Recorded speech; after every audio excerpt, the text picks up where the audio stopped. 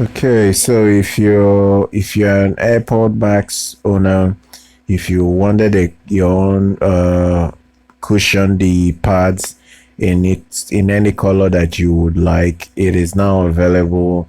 But you have to buy it through Apple, or there are other stores, online.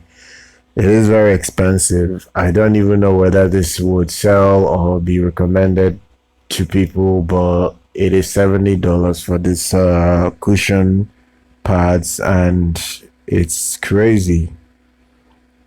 It's crazy in price. Now, granted, the AirPod Max is it's expensive, like $550, but damn, for the pads alone, you're charging people a massive $70.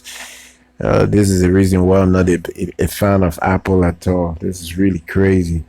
So you can get it in different colors: silver, black, green, blue, and red.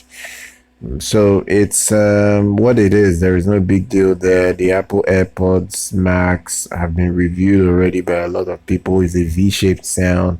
It is not. It's good, but I don't think it's worth $550. It's not even worth close to that, because there are other stuff you can get for less that would beat this.